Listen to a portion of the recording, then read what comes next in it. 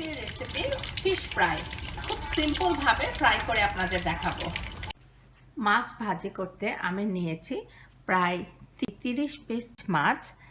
3টা বড় সাইজের রুই মাছের পেটের অংশ এইভাবে কেটে নিয়েছি। এই যে দেখুন, এই 30 পিস মাছে আমি নিয়েছি হাফ টেবিল চামচ ব্ল্যাক পেপার বা কালো গোলমরিচ, যেটা ক্র্যাশ করা সেটা, হাফ টেবিল চামচ জিরা গুঁড়া, হাফ টেবিল চামচ ধনিয়া গুঁড়া, 1 টেবিল চামচ লবণ, 1 টেবিল চামচ হলুদ, হাফ টেবিল চামচ মরিচ গুঁড়া। এখন আমি একটা বলে এই সব মশলাগুলো আগে ঢেলে নিব।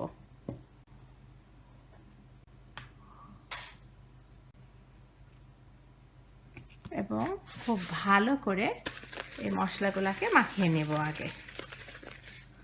বাস, এখন খুব সুন্দর করে প্রত্যেকটা মাছ এপাশ ওপাশ করে মশলাটা মাখিয়ে নেব। খুব ভালো করে মাখাতে হবে। একটা মাখিয়ে এই মাছ থেকে আরেকটা নিয়ে এভাবে আমি 30 পিস মাছ সুন্দর করে মাখিয়ে ফেলবো। প্রথম দিকে যে মাছগুলাতে বেশি মশলা, শেষের মাছগুলা এই প্রথমের মাছের সাথে একটুখানি মিশিয়ে নেব। এখন এই যে কয়টা মাছ মশলা বাকি, এই প্রথম মাছের সাথে এগুলো ভালো করে এইভাবে করে মেখে নেব।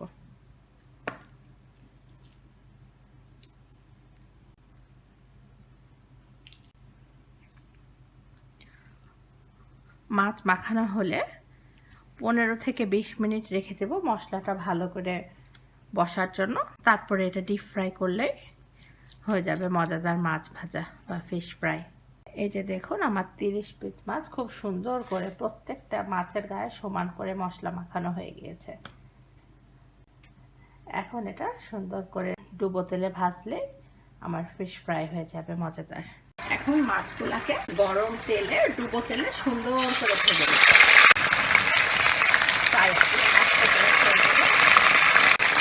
ডুবো তেলে মাছগুলো কড়কড়া করে ভাজা হয়ে গেলে নামিয়ে নেব। এই যে দেখুন, আমার মাছগুলো খুব সুন্দর ফ্রাই হয়ে গিয়েছে। আগেই কতগুলো ভেজে রেখেছি। এই যে দেখুন, দেখেই মনে হচ্ছে এখনই খেয়ে ফেলি। এইভাবে আমি সবগুলো মাছ ভেজে নেব।